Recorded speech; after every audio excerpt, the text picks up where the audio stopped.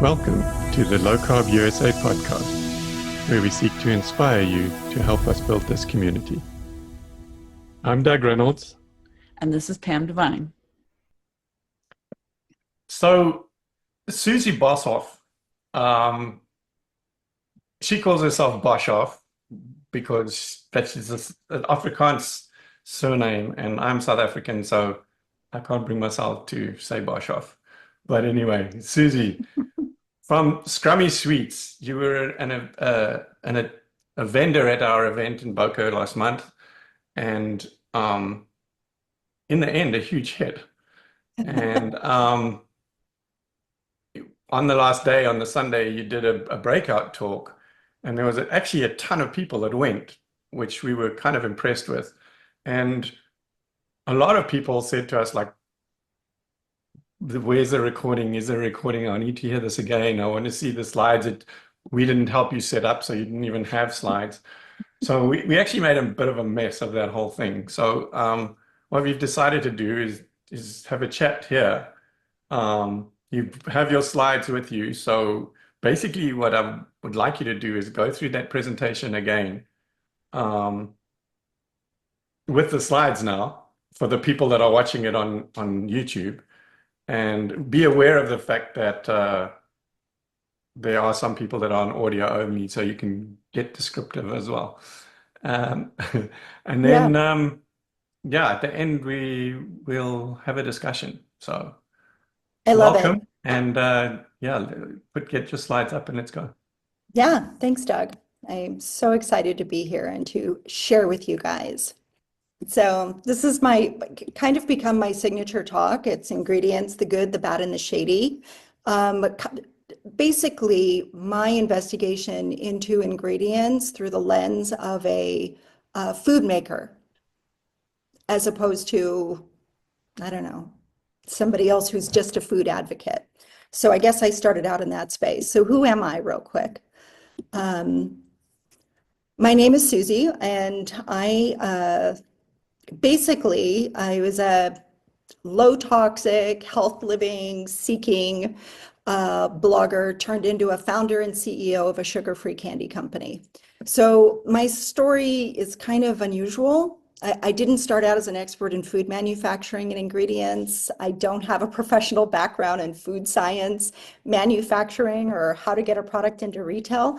And I know very little about any of that at the beginning of my journey, right? So I'm just a girl who loved gummy bears, actually. And I couldn't find a gummy bear that didn't either kick me out of ketosis, spike my blood sugar, or disrupt my digestive tract in a way that was pretty catastrophic. So I made my own.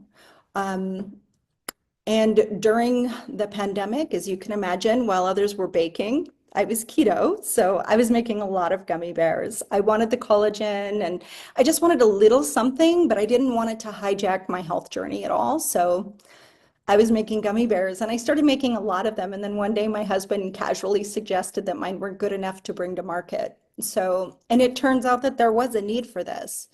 I don't know if you know this, but gummies are actually the #1 selling confectionery in the world behind chocolate. Like, shocking, right? And I'm not surprised. They used to be Doug's favorite. I mean, yeah, I wasn't the only one. I didn't even know this. But 72% of Americans eat gummies, actually. And the vast majority of those gummies are made with sugar, high fructose corn syrup, artificial colors, and flavors. And I figured maybe there were others like me who just wanted something better without giving up their favorite treat. So began the most unexpected journey of my life. Like, now I'm a candy maker. That was almost 4 years ago. So in that time, I've now become an expert at gummy making and candy making. But I've also learned the ins and outs of a very murky industry. And I'm talking about ingredients, and I'm talking about manufacturing. I'm talking about products that are absolutely poisoning our culture and our kids, and it's really not okay. Long before all of this, I was just a girl on my own journey to fix a very broken body. I did a lot of research on health and healthy ingredients and non-toxic living, and I was just a person who was trying to figure out how to get better. And I read books and I read studies and I researched every subject I could get to get myself better and to help my family live better. I have a loose connective tissue disease, and I also have Lyme. I didn't know that I had those two things when this journey started. I think most people are kind of just, they feel like crap and they're trying to figure it out. Some people have a catastrophic episode that leads them to this journey, but mine was a little more subtle, and I just knew I didn't feel well. So as I progressed on that journey, I started blogging about what I found that helped me. And that was in 2015. So the one advantage that I had coming into this that most companies probably don't is that I already knew about a lot of toxic ingredients, shoddy ingredients, and I definitely knew what I did and didn't want going in. So I also followed a ketogenic diet. I tracked my blood sugar and my ketones. So I approached this from a very different angle from the beginning. And I think that's why I have the product that I have today. Obviously, I'm still perfecting it. There's things that I want to improve on it. But right now, I can say with some confidence that I created probably the best gummy bear that's out there for human consumption. So I'm going to talk about what I learned along the way and how I got here. And I'm going to share with you the dirtier side of our food supply chain, ingredients, and manufacturing cleaner products, and how we're actually going to be able to get that done. So things we can agree on. As humans, we require and desire food. Food should be nourishing and serve our health goals. And ideally, we all eat organic, sustainably grown whole foods that we make at home with perfect ingredients every single day. However, I have found that in my dealings with real people in everyday walks of life, that this is not always doable when it comes to real food. I have 4 grown kids. My youngest daughter, when she was little, she couldn't have sugar. Even though I didn't know about a ketogenic diet back then, I did know that when my daughter, she was about 7 years old, when she had sugar, she would become kind of a psycho, and she would scream and she would cry and she would be like very intense. And I'm just gonna share this part because it's such an interesting story, but and it resonated with a lot of people there. So I learned really quickly that she couldn't have sugar. She'd throw a temper tantrum and be just a complete maniac. So I went to her school and I said, listen, I really cannot have my daughter having sugar under any circumstances, and I really need your help on this. If there's a birthday party or an event or something like that, let me know. I will procure stuff for her and bring it to the school. I was a stay-at-home mom at the time with, 4 kids, and I thought maybe this could work out. So one day I went to pick her up from school, and she was clearly distressed. And I was like, what happened? And she looks at me literally with these huge brown eyes. And she said, Mommy, there was a party at the school today, and they wouldn't let me have any of the treats. They made me sit away from everything else. And I just felt so left out. And like her little eyes filled with tears. And I sat there just as a mom, like, are you kidding me? Like, what do you mean? Like, come on, guys. So I know I'm not the only mom out there that experienced this. This is like real life. We go to Disney, we go to theme parks and stuff like that. Like, it happens all the time. So I wanted to share that story as an important illustration because it really, for me, I've observed that everyday life, like raising a family, birthdays, holidays, traveling for work or pleasure, packed schedules and deadlines that don't account for home-cooked meals and the perfect plan, that's life. And everybody goes through it. Even when I speak to coaches and doctors, they're like, having a 100% compliant, awesome customer or patient is a challenge in our modern world. So, if you have kids, there's going to be school holidays, Halloween, Valentine's Day just passed, Valentine's Day, where they have candy and treats that are like loaded with artificial colors, artificial flavors. And I don't know how this romantic holiday turned into one of the most sugary centric holidays. It's kind of crazy. So it's a known fact that colds, flus, and viruses always peak after major holidays. In schools, it's a really big deal. And this is because sugar in all of its glorious forms suppresses our natural immunity. I don't eat sugar, but I'm not immune to this. And I consider myself pretty focused on my health journey. Yet Christmas morning, my daughter made mince pies. This is a family recipe that my mother-in-law passed down to my daughters before she passed away in 2023. I did not resist them. And we rang in the new year with the flu. I'm not even joking. That was how we spent our new year. Anyway, sugar in all of its forms, in my opinion, is the devil. And I can tell from my social media feeds that most of my friends and family indulge in sugary treats over the holidays. It's part of life, even in our keto community, honestly. But Christmas is just one example. And for those who coach or treat patients on metabolic health, they know what I'm talking about. You have to know what I'm talking about. Hiccups happen, and it's hard to avoid them in our modern convenience-driven world. And the real problem is there are not enough good options out there to help patients, clients, customers, family, and friends through the hurdles of life and all of the events that inevitably happen throughout the year. And I want to help change that, not just with my own products, but I want to help replace the legacy brands that line our store shelves with products that actually do what food should do, which is nourish and feed the body. So that's where I'm coming from on this. And now I'm going to explain some of that. So in this context, I'm going to talk about convenient foods, healthy swaps, restaurant ingredients, packaged foods, and even supplements. Because in real life, we're going to be out and about, and convenience will happen either for you, your family, or your patients. And whether dining out, ordering in, or grabbing something to go, we as a culture will make choices on what to feed our faces at some point in our daily lives or travels. Every food we eat has ingredients in them. What goes into the business of food? Macro ingredients, protein, fats, carbohydrates. Micro ingredients, flavors, colors, fillers, additives and carriers, and preservatives. So to make a product shelf stable, all of those ingredients have to be considered, and they're going to have some combination of that. The question is whether or not they're clean.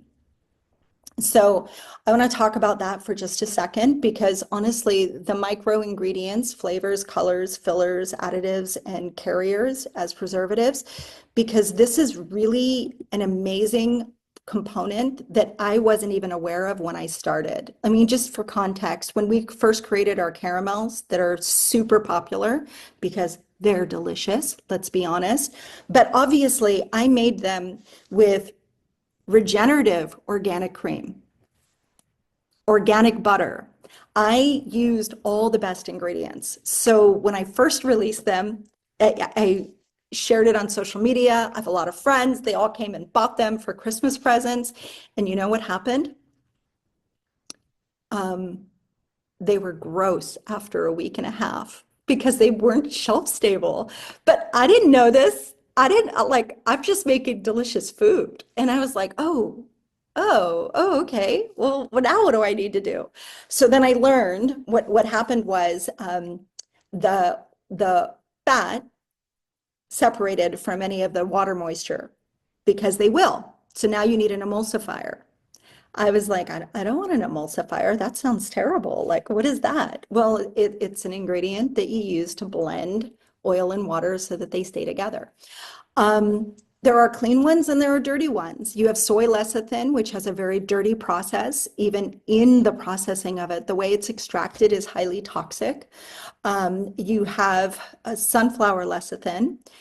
Sunflower lecithin can be toxic if it comes from kind of the industrial aspect of how it's processed. We use organic sunflower lecithin, but here's the thing. I had to like research this, then find out all about it, and then go, okay, wait a minute.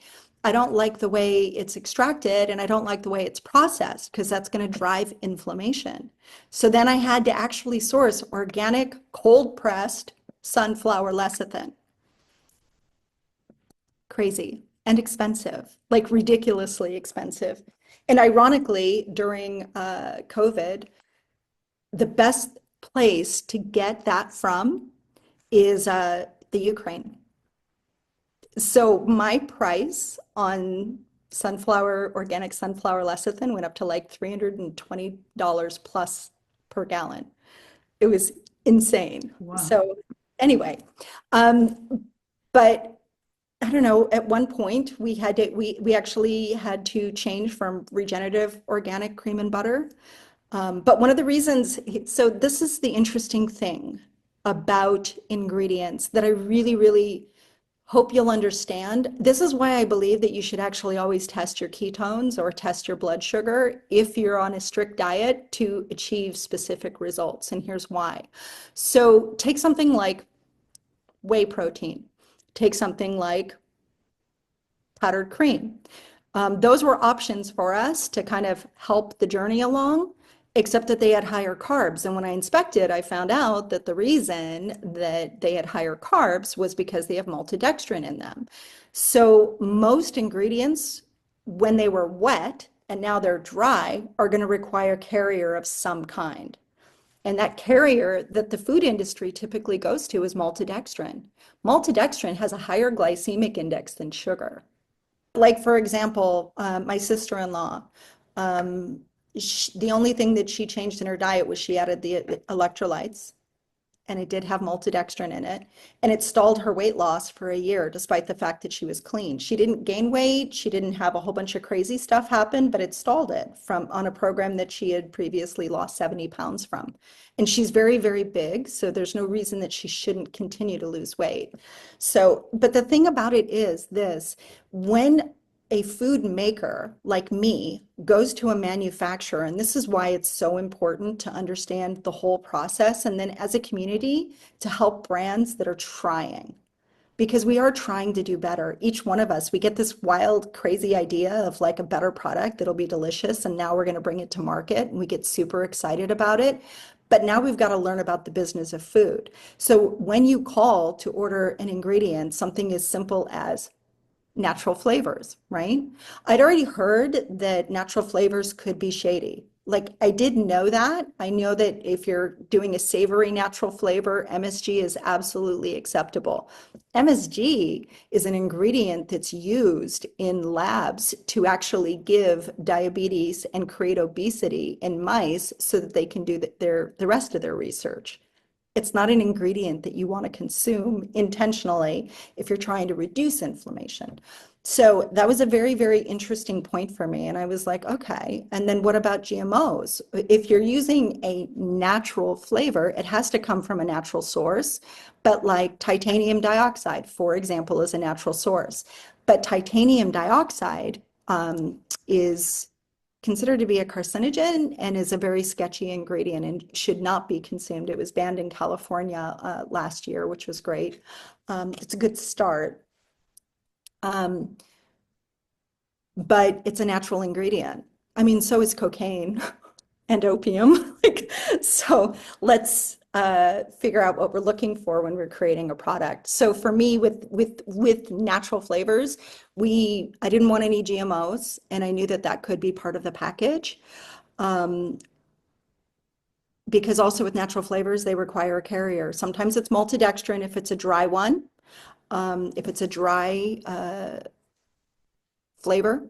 If it's a liquid flavor, it'll require either an oil or an ethanol. So ethanol is just alcohol from corn, or it'll have an oil as a carrier. Typically, it'll be safflower oil or something like that, sunflower oil. I personally just found that I do better when I don't have any seed oils. So I wanted to not have any seed oils in our natural flavors. So I just asked our flavor house. First of all, I was like, how do I do this? I don't want GMOs. And they were like, I mean, they shouldn't because it's pretty processed. And I was like, okay, I don't want any residual glyphosate. How do I make sure I don't have that?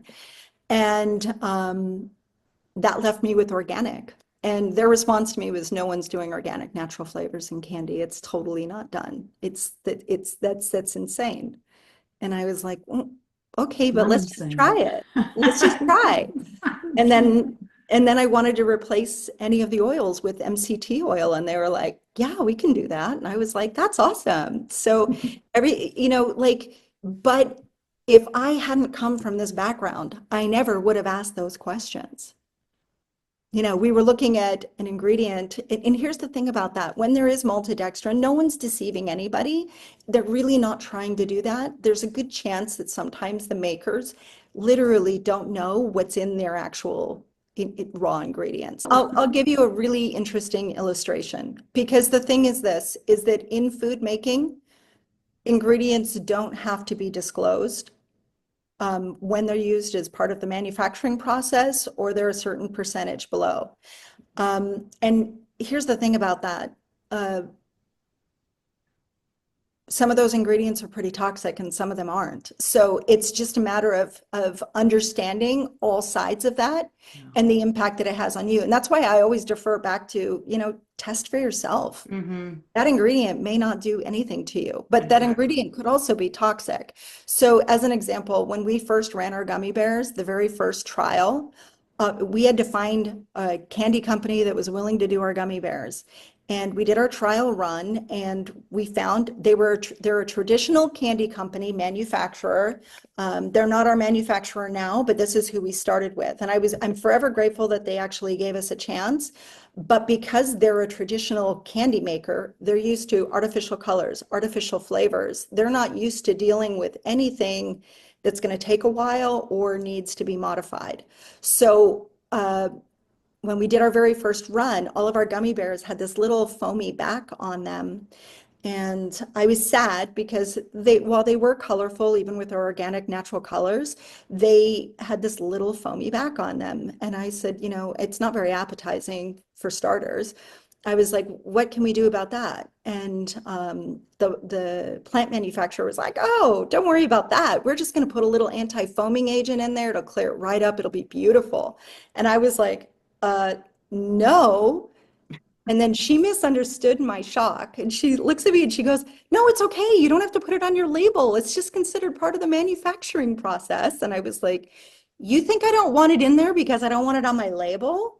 Like, I eat my own product. I don't want the inflammation. I don't want the side effects. I know what that ingredient is. And no, we're not putting it in my product. And she was like, oh. So Grant had to go back into their commercial kitchen with their whole team and go through the process and help them do it in a way that didn't create this foamy back, which meant slowing down the process. And her response to me was like, it's going to take longer this way. And I was like, okay. So there you go. And then they charge you for the time, but that was something you agreed to. Yeah, I mean, I told her absolutely no way. We're not doing that. So we're going to do it this way, and it's going to take longer. I think there's a lot of traditional means of making foods that has gotten lost over the time. So we've ended up with ingredients to kind of shortcut that, but there are cleaner options. There truly, truly are. But one more thing, even on the maltodextrin, because I think this is kind of an eye-opening thing for me. I didn't realize how ubiquitous maltodextrin is in food manufacturing. Like, it's in so many things. A perfect example, which blew my mind actually, was we were thinking about creating a keto ACV gummy. Apple cider vinegar gummy, because obviously there's a lot of science on the lowering of blood sugar with apple cider vinegar. And the truth is that apple cider vinegar gummies are hot. The #1 selling ones all over Amazon, one of the first ingredients, sugar. And it says keto ACV gummy. I'm like, do they understand what keto is because ACV doesn't make it keto. Anyway, it's been kind of a pet peeve for us. So we were like, let's find out if we can actually just make a gummy that's an ACV gummy that's actually clean. Because if people are going to eat it, let's replace it with something better. So come to find out, when we were sourcing our ACV powder, we haven't been able to find an ACV powder that doesn't have maltodextrin. It's actually 95% maltodextrin and only 5% apple cider vinegar. But you know how it appears on your label? Apple cider vinegar powder. And you don't have to say anything about the other. And it's actually quite a bit. Like Grant did the math on this and was like, that's a lot of maltodextrin, like a lot. Weird. So they probably don't get a blood sugar spike, maybe because of the ACV countering it. But like, if anybody can find an ACV powder that doesn't have maltodextrin, please send a message to Doug and he'll get it to me. Like, literally. Anyway, so these are the kinds of things that I'm finding. But here's the thing, is that most brands don't know that. Like they just have a really great idea and they might even have an amazing recipe that they can make at home. But when you're scaling it for big time manufacturing, it is an entirely different arena. And without the right guidance or knowing the right questions to ask, most manufacturers, when you give them your ingredient list, they just buy them. They buy the ingredients from the people they already buy them from. They source it where they're already going to source it from. They mark it up a little and you pay the difference and they make a profit. This is just good business in the world of manufacturing. But if you're a better for you brand that's really trying to do very specific things, you can't leave it up to the manufacturer to source those ingredients because they don't know. They're not like, will this spike my blood sugar? Will this throw me out of ketosis? Like no one. Will this create inflammation? Will I have a reaction because of something else? That's right. They're not going to ask those. There's some things that are always going to be in food manufacturing. You can get allergen-free raw ingredients. You can get gluten-free raw ingredients that are already certified. You can get non-GMO. You can get organic. But when it comes to the individual ingredients and what lies behind them, if you leave it up to the manufacturer exclusively, then it's my belief that you give up a bit of control. So because we approach this as such like nerdy little people from the beginning, I was like, well, wait, what's in that? Wait, where did that come from? Oh, I don't want to buy from there, like literally. And this was like how the journey kind of progressed. So when you're looking for good ingredients in your regular life, you want ingredients that can help the metabolic journey, protein, animal proteins that are raised without toxic additives like hormones, GMO feed, etc. Good fats like butter, ghee, tallow, lard, pure cold pressed olive oil, avocado oil. These are all really good ingredients, but if you're dining out in a restaurant, which will lead me back to what I almost said and didn't say, is most of the olive oil that you get in regular restaurants, if you're just going to even have like, let's say a salad and you're like, I'm going to be super clean and I'm just going to get some olive oil to get my fat in and a little bit of lemon juice. 90% of the time, that olive oil now is going to be cut with canola oil, and it can be as little as 30% olive oil, and the bulk of it can be canola oil. But they can say pure olive oil because there's pure olive oil in it. It's such an interesting Drives me crazy. Like the olive oil mayonnaise, and like the first ingredient is soybean oil. I'm like, that is not olive oil mayonnaise. That is regular mayonnaise with soybean oil that has a little bit of olive oil added to it. That's right. Yeah, it's all shady shenanigans. One of the things when we came out with our pancake syrup, I was like, ooh, I wonder if we could private label this for for various restaurants and stuff. And I was thinking of Cracker Barrel. So I love pancakes. And when I was in keto and all of that, and when I fall off the wagon, it might be pancakes. Not now anymore because I made a pancake syrup I love, but prior to that. So if you go to Cracker Barrel, they have pure maple syrup. is what they tout. And they give you this little bottle, right? That Mm. comes with your pancakes and whatnot. But did you know that that is 50% simple syrup and 50% maple syrup? But they can put pure maple syrup on the bottle itself, and they don't have to disclose anything else because it has pure maple syrup. I That was like, is what just kind of shady ridiculous. It shenanigans? can't say pure if it's not 100%. That's right. That's how I feel about it. But I mean, I guess you'd have to say the 100% as part of the ingredient. Anyway, back to ingredients. So obviously we're looking for ingredients that can help the metabolism. Some natural sweeteners that are really, really great and generally fairly clean are monk fruit. It has 0 glycemic index. Some people don't care for the taste of it, but it's a pretty good sweetener. It's such an intense sweetener that you need such a small amount. Stevia can be a little bit funky, and I'll tell you why.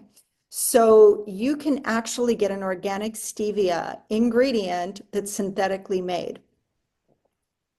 And I was like, how can they, how, I don't, how can you call this organic? Like, how can you do that? Like, I don't understand that.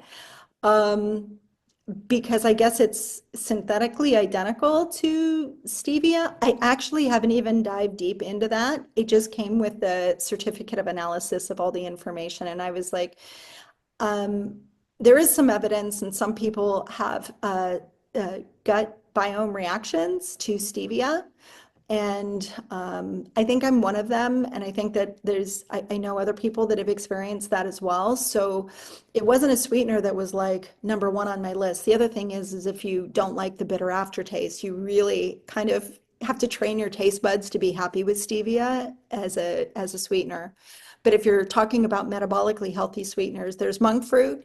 My favorite is allulose, hands down. It's natural. It's almost identical to fructose, but it's actually fructose good twin is what it's being called in the metabolic space, because it lowers blood sugar response when taken with a meal. It doesn't cause a blood sugar spike at all. It's 0 glycemic impact. It stimulates your own body's natural GLP-1, which is if you've heard of Ozempic and Wegovy and some of these drugs to make people less obese, that is GLP-1 straight up medication being injected. GLP-1 is a wonderful peptide that the body produces naturally that stimulates the feeling of being satiated, feeling full faster. It helps to curb cravings, and it stimulates weight loss, and it also stabilizes blood sugar and reduces blood sugar. So GLP-1 is something that's amazing, but when you have allulose, there's a lot of evidence that indicates that the GLP-1 is stimulated for about 3 to 4 hours after you have a meal. That's pretty fantastic. That allows it to do what it needs to do. I personally have experienced the results of that probably about 6 months ago, where my metabolism sort of just like switched. And suddenly I didn't have to finish what was on my plate. I didn't feel snackish. I didn't anything. Like, it was kind of amazing. And I was like, even if we dined out, like even being strict keto, if we dined out and I got a chance to have Mexican, I would just, are you kidding? I would eat the whole thing and all the chips, and I would feel like crap for 4 days afterwards because of the inflammation. But every now and then I would do it. I didn't want to do it. I just ate a small amount and I was totally happy. And I noticed this trend. This is like 6 months ago, before the studies even came out about the GLP-1. My thought process was, I wonder if this, I didn't think it stimulated GLP-1, but I was wondering if it was similar to like the impacts of GLP-1. And then these studies came out showing that allulose actually naturally stimulates your own body's production of GLP-1. And I was like, that's fantastic. And it tastes as close to sugar as possible, but it's only 70% is sweet. So for me, that was great. And it bakes like sugar, it browns like sugar, which is why we ended up using it as our primary sweetener. Obviously in caramels. I mean, our caramel is as close to a traditional caramel recipe as you can get, and allulose is the only sweetener we use in it.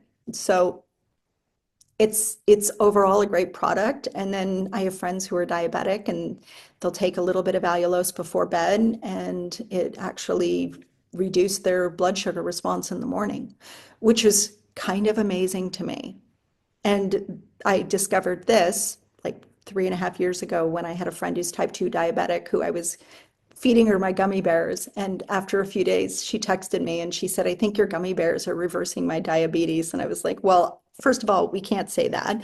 And secondly, that's ridiculous. And she's like, no, check it out. I was eating the gummy bears before bed.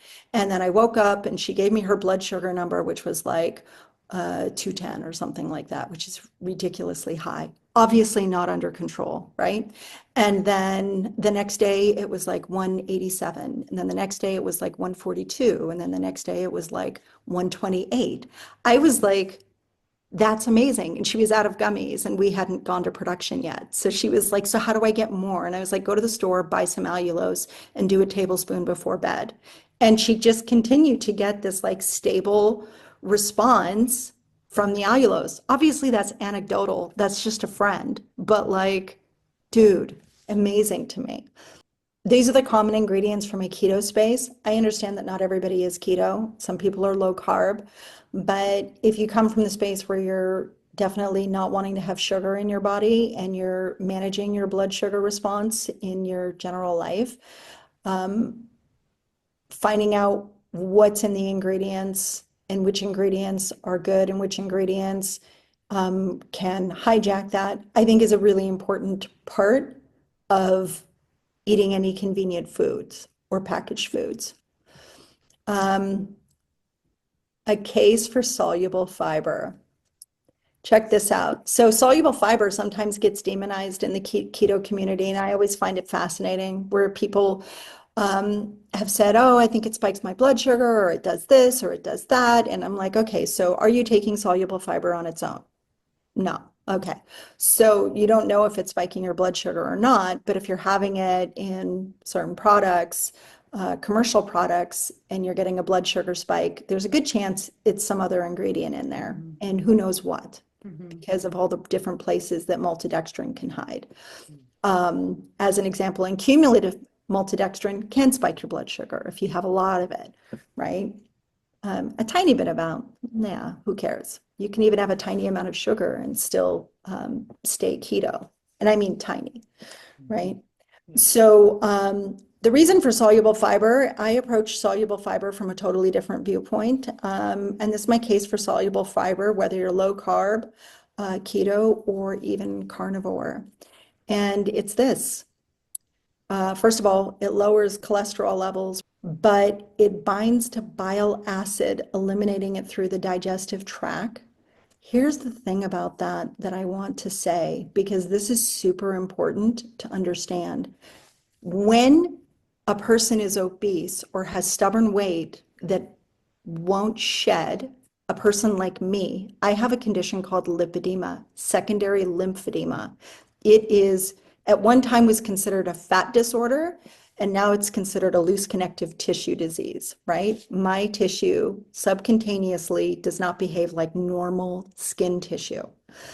And what I found was anytime I ate really, really well and the weight started coming off, I felt pretty lousy. And I mean lousy, like nauseous, migraines, you name it. This isn't the keto flu. This isn't something else. This is a body that felt toxically burdened in a way that I could hardly even describe. And I knew as time was going on that what was happening is as the fat was melting, it was releasing toxins, accumulated biotoxins throughout my life. You know, you have a lot of discussion in the health space on microplastic, PFAs, phthalates. All of these things add to a toxic burden on the human body. a lot of those are fat soluble toxins. So they'll store in fat and the body's going to protect itself. So one of the things that's amazing is as the body starts to release weight, you have to have a way to shuttle that out. So I have secondary lymphedema, so I have a broken lymphatic system. The lymphatic system is one of the ways that the body detoxifies. Mine has a really hard time. So this led me to really deep diving into the arena of how to detoxify the body. So when you eat a meal, your liver produces bile. And that's great. So you stimulate bile production, the bile goes around, it scoops up all the fatty acids, and it does some other stuff too, which is pretty amazing. It also scoops up and absorbs any toxins that are floating around in your bloodstream. It's like kind of a detergent. If you're metabolically healthy and the burden's not too great, that's fine, even if you're on a carnivore diet. But if you have a lot of weight to lose and it's difficult and it's challenging and it's rough on the body, the best way to get that out of the body is with soluble fiber, believe it or not. Because the moment you have just 5 grams of soluble fiber in your diet, it binds immediately to that bile acid and forces it out with your next bowel movement. Whereas if you don't have any soluble fiber, it can actually get reabsorbed and continue to toxify the body over time. It's a very, very interesting and deep arena, but soluble fiber is a great ingredient, I feel, for a ketogenic diet when you're trying to use it in addition to other things. And you'll find it sometimes as a filler in ingredients. And if it's a good soluble fiber, it definitely should not ever spike blood sugar. It's not a thing. It should help bring blood sugar response down. So anyway, bile acid, the thing about it is at the end of the day is that the bile acid plays a significant role in absorbing toxins.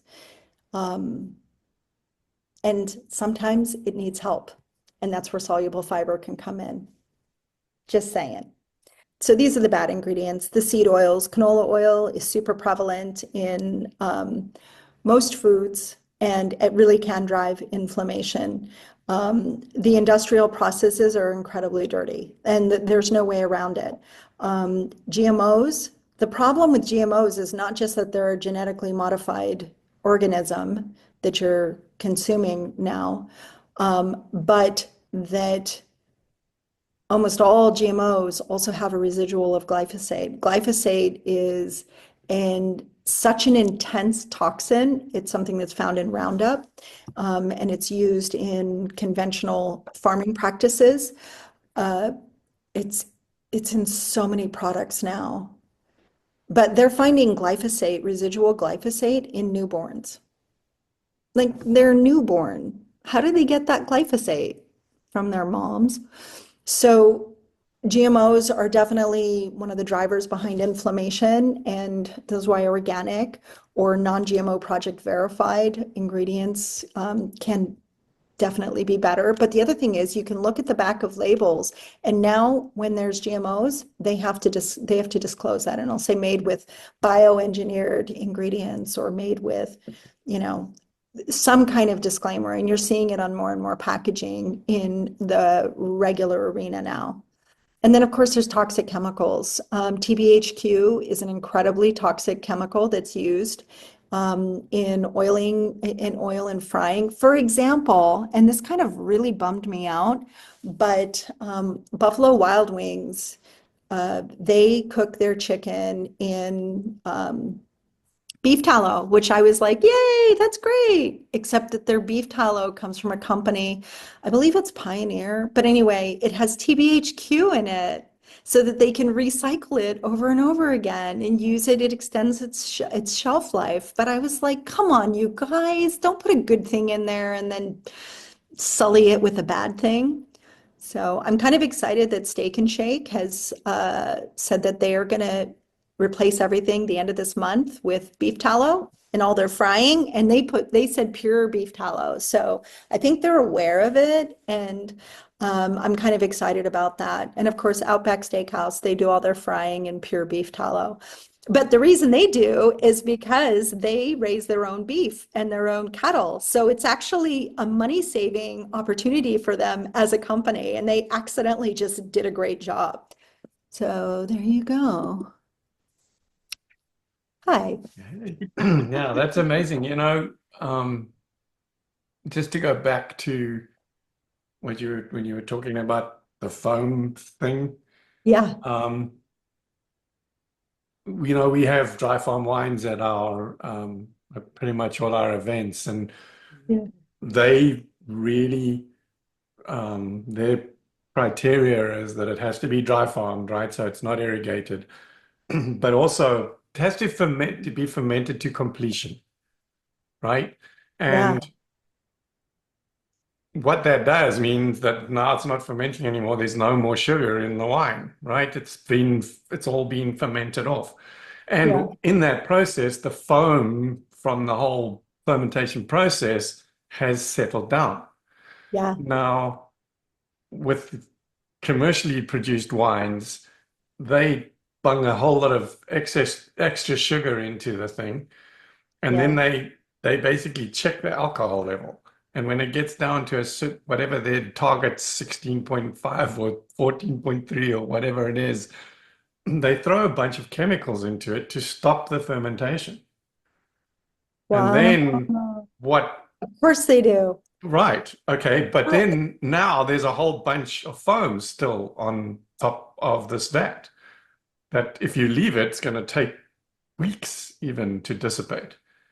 So then they throw a whole bunch of defoaming agents in as well. And then Todd White, the guy that sort of was the founder of Dry Farm Wines, he is the one that made me aware of the fact that there are 76 additives that are allowed to be used in commercial winemaking processes here in the US without being declared on the label. Oh, I'm sure, because So, it's just all assisted that same, so manufacturing. all that stuff you were talking about, Yeah. the same thing applies here to the winemaking process. Oh my gosh. I think it applies to everything. Like what I found at the end of the day, and Grant and I were actually talking about this last night when we were driving.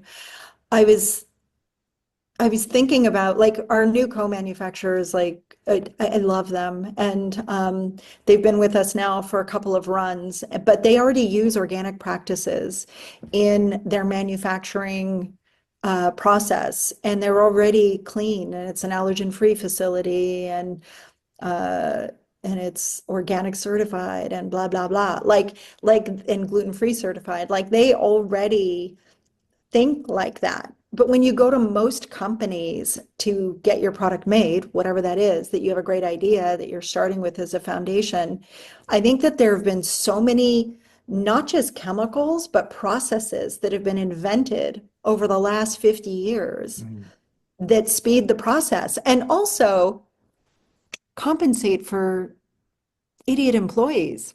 So like, okay, now we're going to scale and I'm going to make this product and I need it to be right every single time. No one can get it right every single time because it's a bit of an art. So you know what we're going to do? We're going to add this thing that makes it clearer or cleaner or tastier or tastier or blah, blah, blah. Yeah. I mean, aside from the dark side of food making with trying to accomplish the bliss point and all of the shady stuff that's going on in that, which is its own thing, and that is a problem, you know, artificial colors, artificial flavors. They're finally getting their day in the light, which is great.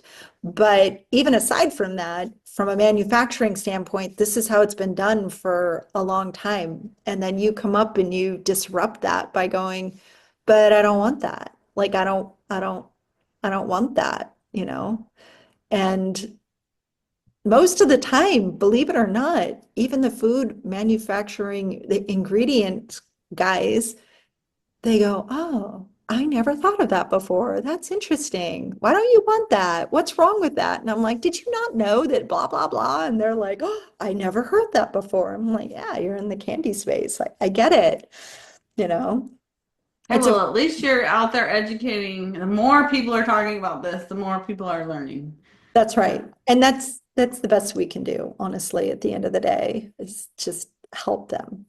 Continue the conversation, and then which is why we're having you on today to talk about it so that more people can continue the conversation, expand the conversation, raise awareness to the people who don't know. Yeah, thank you for sharing this. And Doug, you might have questions. I had a couple things written down. No, so since this is going to be on audio only for some people, Yeah. just for those of you who don't have video, Susie's wearing a sweatshirt that says "Just a girl who loves gummy bears." So that is a good visual if you Thank you. yeah. Yeah, I designed it myself. Very cool. Yeah, so we're looking forward to seeing you. You're coming out to San Diego, right? You guys are going to make that happen, right? So we're excited about that. Just one comment I wanted to make. There's a guy that comes to, like, he's been to so many of our Florida events, Dr. Milton Sorby, and you met him in the air. He's just such an amazingly positive, infectious person, you know. I just love him. And he came while we were busy packing up at the end of the last day, and he came into the office there where I was packing everything, and he wanted to talk to me about you guys, and he said, like, this, because you had a booth obviously in the vendor expo area, and he said, like, I've been avoiding them the whole weekend. It's like this sweet sugar, like he says, he couldn't cope with it. And then he went and listened to your talk, and so suddenly it was like his whole attitude had changed completely. Not only about the fact that there's possibilities for his patients in terms of stuff, if they can't do without the sweetness, then at least here's something, you know, clean and sugar-free that you can eat. But also all the stuff that you talked about, other ingredients in general, like you've spoken about here. Yeah. He was the one that was asking, like, do you have a recording of this? Because I want to listen to it again. And we didn't. So that's why we're doing this now again, so that you can. Oh, I'm so glad. Yeah. But I think now, you know, it's more than just the Boca people, like all our community is going to get to hear this as well, which I think is really good value. Well, I think it's also important. It's an important discussion because we can be perfect. And first of all, I really don't know anybody in this space that's 100% perfect all the time. I just don't. And I get it. Like, we go to a conference and we want to be game on. We want to look our fittest, not inflamed, eat clean, like all of that. And I'm not saying that we shouldn't be doing that, because I definitely try to do that. But I really believe that real life happens to patients, to even their coaches, and we also have families. So we have kids. What are you going to do? You're going to just be keto and metabolically healthy and then tell your kids to eat only the granola stuff? And I don't mean granola because that's a lot of sugar, but do you know what I mean? Like, these kids, they actually rebel in some cases. And then, you know, even my granddaughter, my oldest granddaughter, she's 19 now, but she told me, she was like, we were talking about this when we launched, and she was like, this is such great packaging and I love the colors. And she was like, oh my, it looks like real candy. And I was like, I know, right?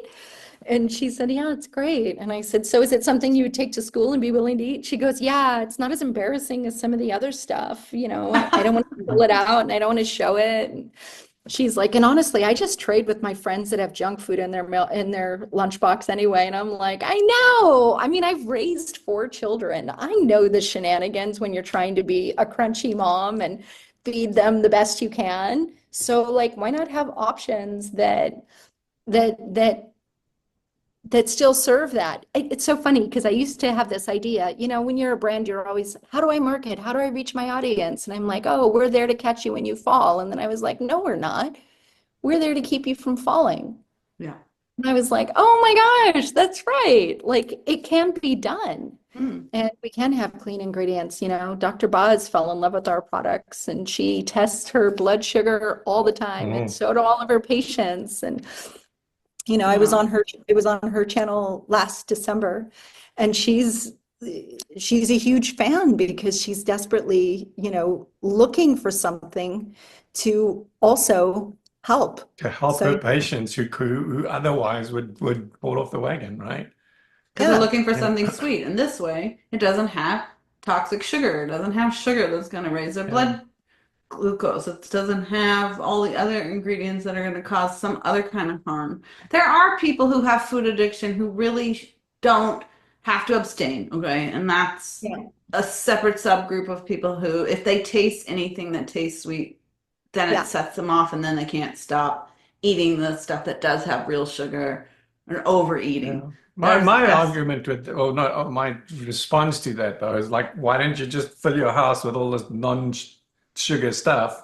And if you don't have anything in the house that is regular sugar, then even if it triggers you to eat more, maybe it's going to trigger you to eat more, and that's still a problem if you're trying to deal with weight loss. But I mean it's complicated. But there are so many of us that are in the lower end of the addiction spectrum or whatever, and it doesn't do bad things for us. And so why not have clean, sugar-free alternatives? I'm all for that. I really am. Yeah, and if we can keep them from falling off the wagon, because when they fall off the wagon, it can be hard, really spectacular. Yeah, And exactly. that's one of the things that I loved about allulose. There's like some physicians, this is anecdotal, but they're using it to help with patients that are addicts and alcoholics because, again, the GLP-1 is so is damping that desire. Yeah. I only know of a couple of customers that can't control themselves with our products. That I've heard of, like, one, he's actually a trainer and he just like would eat an entire bag of our caramels. And I'm like, dude, that is a lot of fiber and a lot lot of allulose. He probably doesn't feel very good after. Yeah. I said, how's your GI doing? And he goes, well, it does clean me out. He goes, That's my big thing with allulose though. I found like when I first got introduced to it, it was like the sachets to put in your coffee. And I just found like it wasn't sweet enough for me. And and it's terrible. I would have to put a second one and sometimes even a third one in then he was for very coffee unhappy. to actually taste decent. No, I know But what you're saying. then And it 10 doesn't. minutes later, it was like Then you have to go, oh yeah, because you straight can't do through, that. right? So if I had one packet, I was fine. But if I had 2 or 3, and then I was talking with Dom D'Agostino at the COSI meeting last week. And he's so impressed. He's actually involved in doing quite a bit of research around allulose. But he said the same thing, like it went straight through him. And so he went back to the drawing board and he introduced it over time, increased the dose, And so he's able to eat more now than he was able to before, just by getting adapted slowly to it. So Also, I mean, nobody should eat it. Again, to me, it's a treat. So like I can't eat. So this is my regular gummy bear bag. And it's ironic because I modeled this after the big guys, right? I wanted to have a competitive product, but I don't handle an entire bag this big super well. But my little snack packs, which only have like 8 or 10 gummies, these are fine. they're perfect. I can have one of these and it's great. And I can have, but I also like my caramels. I'll have 2, maybe 3 caramels. And then I'm done. And it's totally satisfying and I don't get any weirdness on it.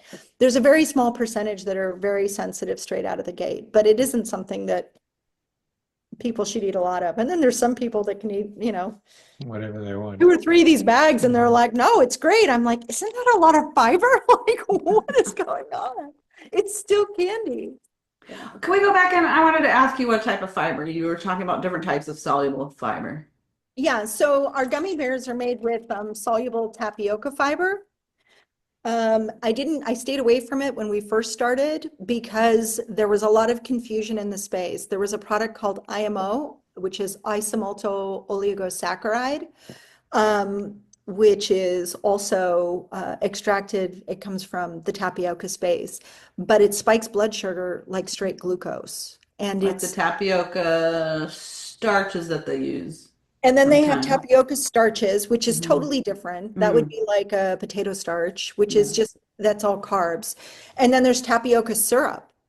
So even when we went to do our run, this was an interesting thing. Our manufacturer was reconfirming something.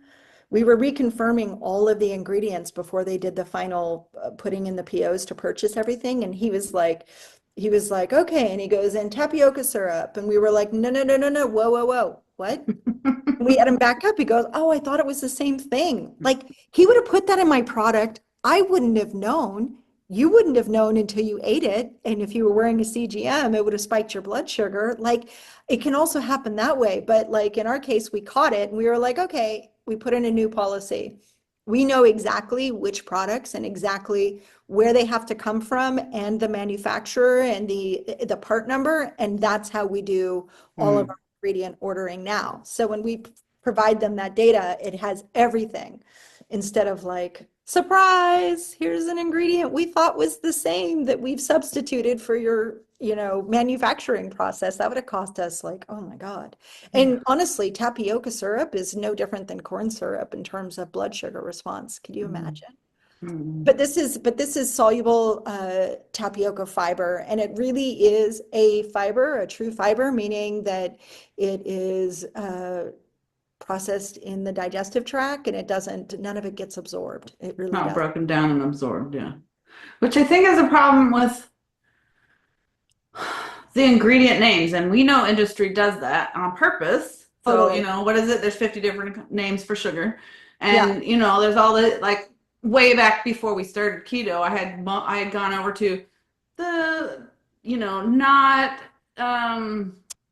the agave syrups and the brown sugars that aren't bleached and thinking those were healthier, and I'm like, and then I found out come to find out agave syrup is the same as tapioca syrup. It has just as much sugar and corn syrup and all those things that are going to spike blood sugar. And then there's a whole bunch of people who think eating gluten-free or buying a gluten-free product is doing them good because they're not getting gluten, but then it has tapioca starch and it has cassava flour and it has coconut flour and rice flour, usually brown rice flour. And potato starch. A lot of times it has potato starch. And potato starch, and it's actually still causing your blood sugar to go up, even though maybe you're not getting any reaction to gluten. If you happen to be gluten, what's the word?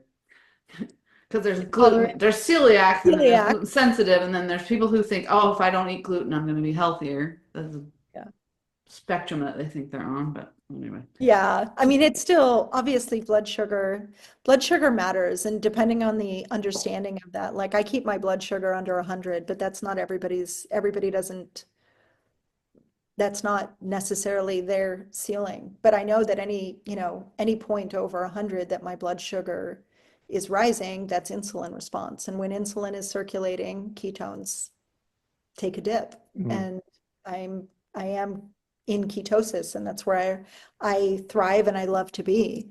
So it isn't something that for me, it's just not. That was the game changer, keeping my blood sugar under 100, as well as eating a ketogenic diet. And then, also an allulose, soluble fiber. So soluble corn fiber isn't a problem if it's organic or non-GMO project verified, because the allergen part of it doesn't exist anymore. And that was what we used originally in our gummy bears. I think it has a little bit lower GI tolerance, in my opinion, or in my observation, because our gummy bears, for people that were sensitive, maybe with our first run while we were still tweaking our recipe. Mm. Don't really find that this formula bothers them. And I always wanted to go to tapioca, but I needed the space to stop being so confusing and dirty from an ingredient standpoint, Yeah. you know. But also And you resistant dextrin, which is also not a sugar, that is the same as a soluble fiber, believe it or not. And I was like, why would you call it that? Like, why would you introduce that confusion? Because as soon as I think of dextrin or dextrose, I think of sugar. I don't know why, but that's what I think of. But resistant dextrin is another word for soluble fiber. And it's okay. The only thing is that then the source is not disclosed. I know that we did some of our packages with that word, and the reason we did is because we were on for our caramels, not for our gummy bears. This one is, yeah, it's regular soluble fiber, yeah, from corn. So that's what we started with originally, was the soluble corn fiber, and it's a great product. We researched it, absolutely doesn't spike blood sugar, blah blah blah blah blah, and of course non-GMO project verified. I didn't buy the organic because the organic only comes from China. And I know that sounds weird, except there's no such thing as organic corn in China. So like this is me just understanding the market and being like, I'm not buying food from China if I can somehow not do it. So that's, so that led us to that. So we got the soluble corn fiber in that, but then we were switching our caramels over to the with the decision to be able to switch it to soluble tapioca fiber. So then I was like, okay, we'll put resistant dextrin on the label, because then we can use either fiber. And then I was like, ugh, now I have to explain this to people, and they're like, this is terrible. It's always a battle as a food maker to try to, because we have to order like 5,000 bags at a time, and it's like, and I buy my packaging in America, and it's a lot of that, trying to run a business, make the best decision, and figure out how to do a good job.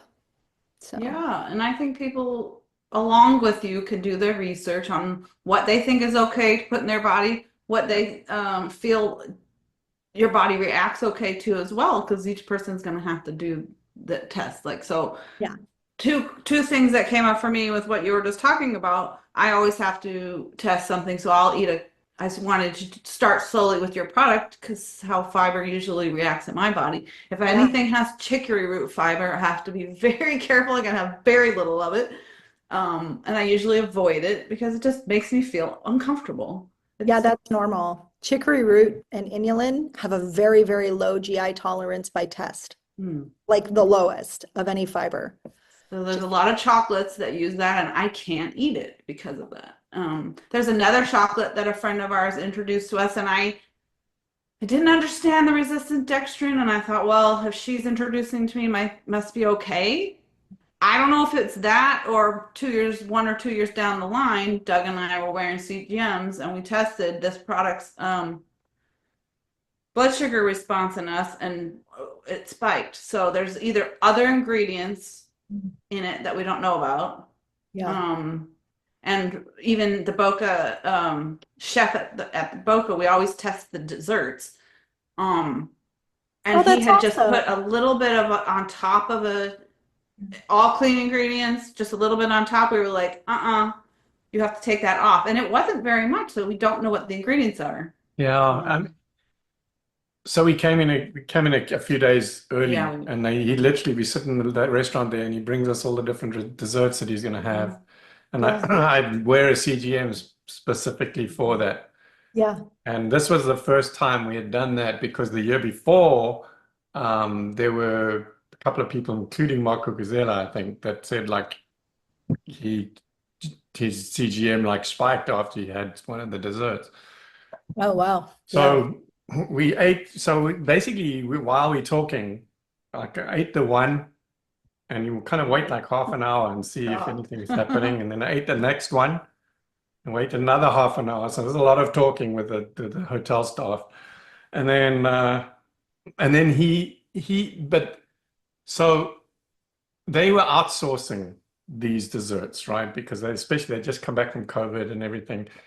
But he had made one himself like a chocolate mousse that he was really proud of. Yeah. And the chocolate mousse itself was sugar-free and everything, and on its own would have been fine. But he had literally grated this, I think it was Choc Zero, and he grated this chocolate like a powder on top of this bowl of mousse. Yeah. And I took a couple of spoonfuls, and Gladys, the lady from the hotel, was sitting to my left here at the table. Yeah. And I had my cell phone on the table like that with the CGM output display.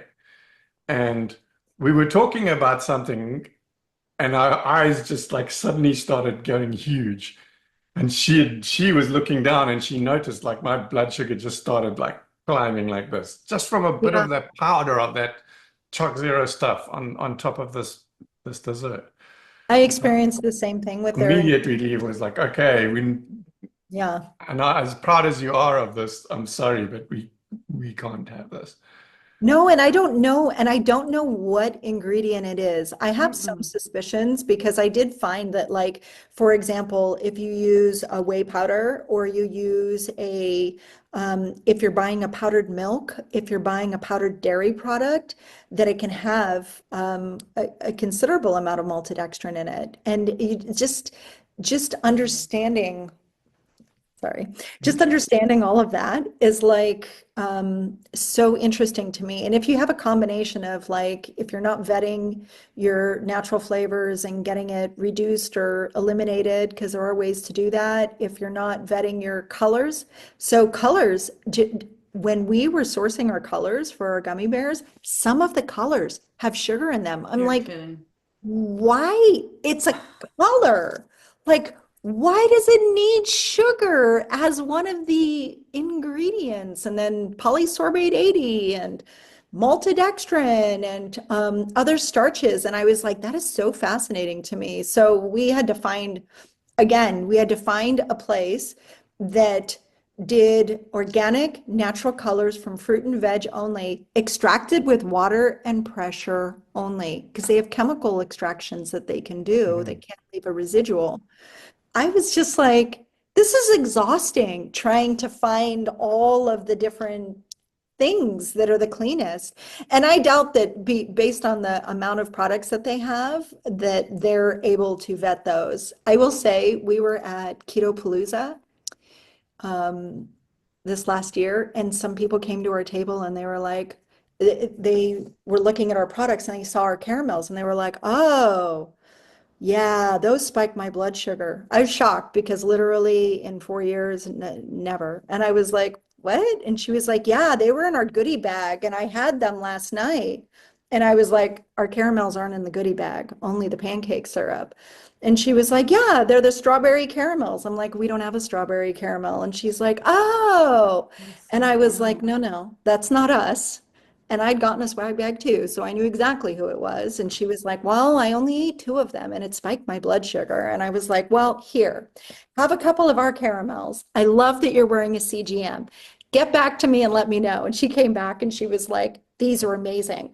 Oh, good. Obviously, she bought a whole bunch, but like that, we see that all the time. But I also wear one. I also test. I don't wear it all the time, but if I'm testing ingredients, I make sure that I have a CGM because I don't have time to keep pricking my finger, every single moment. But I test my blood sugar and my ketones every morning. So I'm kind of obsessed. And if something kicks me out of ketosis, I want to know what it is. If something spikes my blood sugar, I want to know what it is. Exactly. And there's, it's more difficult to test inflammation. You're going to want to try something a little bit more than one time to figure out if it's triggering it. But also, like, the accumulation of things also kind of gets in your head. Like, we don't like to eat out very often. Because you go one and you get one, like we were literally over at a fish restaurant near us. And I said, can you cook that in butter for us? And he's like, we don't have butter. And I'm like, in the whole restaurant? No, we don't have butter. I'm like, you have no butter. You only have vegetable oil. I'm like, that's not good sign. I'm not coming back here. No, the struggle's real. The struggle is real. So, and it's cheaper to eat at home. We know more about our ingredients. But I mean, I got a ham at Easter and I think I'm gonna buy a big ham because what do you call it? Ham is ridiculously expensive, deli ham. But it was giving me terrible GI stuff. So I have no idea what they put in the big roast ham that, Is it not Yeah. organic? oh, who knows? Yeah, probably. Yeah, no, it wouldn't be Of organic, course, it not wouldn't from. be. It's so pork is Who one. knows what they basted it with or something on there just like Well, caused I mean, I don't know if you mayhem. know, the biggest pork dealer in the biggest supplier of pork in America is Smithfield, uh, which you've all heard of. I don't know if you Mhm. know that, but like in 2015, they were acquired by a Chinese company. Like they are 100% owned by a Chinese company. Wow. 100%. And at one point, they were putting rapaptamine, which is ractapamine. My husband always laughs when I say it because I say it wrong. But it's a thing in their feed that's like that's banned in every country, including China, by the way. But But it's not if you sell it to some other country. So you yeah, can you the can't only feed them with that country, and then sell it in China, but you can sell it somewhere else. yeah, the only country that allows it is America. That's it. But they don't I mean, they still, I think it's still legal, but there was such an outcry that they don't do that anymore. But yeah, they own seven. I just don't, when it comes to food, you just have to be vigilant and then you have to try to do the best research you can on the different ingredients and figure out how to eat the cleanest that you can. Um, and then we just need more brands. I'm looking forward to the day when we can go to a restaurant and we don't have to say, can you cook this in butter? Or Yeah. has that been No, cooked in beef absolutely. tallow? Like, wouldn't that be incredible if that was the norm? And then all this Mhm. weird, shady shenanigans was the unusual. Mm-hmm. And I do think that it's possible. I think that people are craving it. So hopefully we create a movement, you know? Yeah, well, I mean We that's are. I often say some, a similar situation to that, basically, then I can retire. When when this lifestyle and diet is like smoking, like where we know that all this other shit is bad and it's going to kill you. But some people do it anyway, like some people still smoke anyway, even though they know this. But we all, from actually not for us, because we're a bit old now, but for most people in their 40s and Not in later our growing lifetime. up, all know that smoking is really bad. Yeah. We need to be about food. Yeah. Like people know what is genuinely all this crap and the sugar and the carbohydrates and all what it all does. Yeah. And if you choose to do it anyway, okay, that's up to you. But at least everybody gets to make a properly informed decision. But food is Then nourishment. It's not entertainment. It's Yeah. no, not, but then we it's can not retire, food. our job's Yeah. done. So Yeah. that's not going to happen in this lifetime, that's for sure. We're making some Anyway, progress. Susie, um, I'm sure there's people that have been hanging on to the end of this, like hoping, please tell us how we can get this stuff. So I will put it in the notes as Yeah. well. But just if you can verbally just tell everybody how they can find you and order stuff, and then we'll put it in the notes too. Yeah, thank you. You can get all of our products at scrummysweets.com, scrummysweets.com. The word scrummy is a British and English word and South African word, and it's common in the Commonwealth. And Doug's looking at me like, why are you explaining this? But a lot of Americans actually aren't familiar with the word. And it just means kind of like scrumptious and yummy, but it also applies to people and situations. And, you can have a relationship that's really scrummy when you have this delicious feeling about somebody. So anyway, a little bit of info there, but it's scrummysweets.com, And you can find us on social media at Scrummy Sweets Co. And yeah, you That's can, SCRUMMY, right? For the yes. audio people. And Yeah. again, like I Scrummy said, I'll Sweets. put it in the notes so people can find it there too. Yeah, and my name is Siouxsie. You can also check out my personal blog if you want to. I'm going to start sharing my founder's journey and more stuff on ingredients, because the other thing about it is being a food maker, there's certain things that I can say and certain things that I can't say. And I can't imply medical stuff, but yet this is my life that I live in. So I have to kind of like balance that, but there's things I want to communicate and there's things that I want to say and there's information I want to share. So I started blogging at 365daysofawesome.com. So I blogged about sustainable living, intentional living, that kind of stuff, but there's going to be more founder journey stuff on there and ingredient stuff and things like that. Okay. Cool. And just to help people out, you say my name is Siouxsie, Yeah, but it's kind of a little bit unconventional spelling. So totally. maybe you can, yeah. So her name is spelled Siouxie. Yeah, that's true. And yes, but it's It's a pronounced, phonetic nightmare. it's But it's children of the pronounced 80s, Susie. well, children of the 80s, similar to me, might remember Susie and the Banshees fondly, which was an alternative band. Susie Sue is still a thing. Yes, I slightly altered her name. Yeah, that's Yeah, but that's just because spelling otherwise of people you. would be looking for the conventional Susie and they would never That's find you. right. And they won't be able to find me. Okay. No. All right. It's been an absolute pleasure. And Yeah, you too. like I said, at the event, I didn't actually get a chance to speak to you very much. Yeah, you were busy. I was, but Best ways. apart from that little conversation, because you were telling me about Milton, about that reaction, right? And he literally walked in while we were having that conversation. Yeah. But that few minutes that we spoke there was like all I ever got to chat with you. So it's been awesome. Yeah, And I we look love what forward you to guys seeing are you doing. again Yeah. in August in San Diego, Yeah. and hopefully even Likewise. before that if we can. Yeah, for sure. Okay.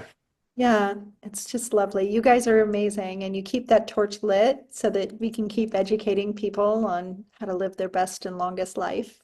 Yeah, Yeah. thanks. Thanks for Thanks so much. Thanks for your contribution to this space. It's amazing. Yeah. You've been listening to an episode of the LowCarbUSA podcast. You can support us on Patreon at patreon.com/lowcarbusa.